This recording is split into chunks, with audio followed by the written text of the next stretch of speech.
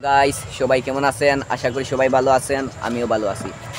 তো প্রতিদিনের মতো একটি নিউ ব্লগ নিয়ে চলে আসলাম আমাদের দক্ষিণবাগ রেলওয়ে স্টেশন, যেটি অনেক দিন যাবৎ বন্ধ পড়েছিল। সেটি আবার চালু হয়েছে, তার কাজ চলমান, যা আজকের আমার এই ভিডিওতে আপনাদেরকে দেখাবো।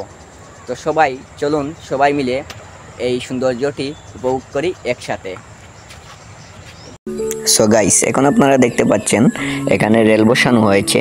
প্রায় অনেক দিন যাবৎ এই কাজ চলতেছে, তো অবশেষে রেল বসানো হয়েছে। তবে এখানে 3টি লাইন কেন, এটাই আমার মনে প্রশ্ন। তো আপনারা জানলে এই বিষয়ে কমেন্ট করে জানাবেন।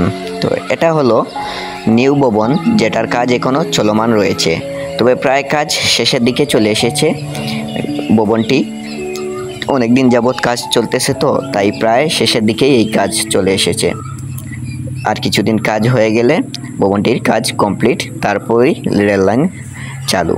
তো এখন আমরা যাচ্ছি পুরাতন ভবনের দিকে, যেটি অনেক দিন যাবৎ বন্ধ পড়ে আছে।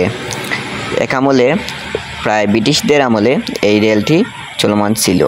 এখন অনেক দিন যাবৎ বন্ধ পড়ে আছে, এখানে আর ট্রেন আসে না। তো এখানে দুটি ঘর, দুটোই অনেক দিন যাবৎ পড়ে আছে।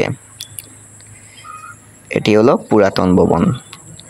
তো গাইস, ওইখানে দেখতে পাচ্ছেন ফাইলিং করে রেল লাইন রাখা হয়েছে, আর রেল বসিয়ে অনেক দূর পর্যন্ত চলে গেছে প্রায়।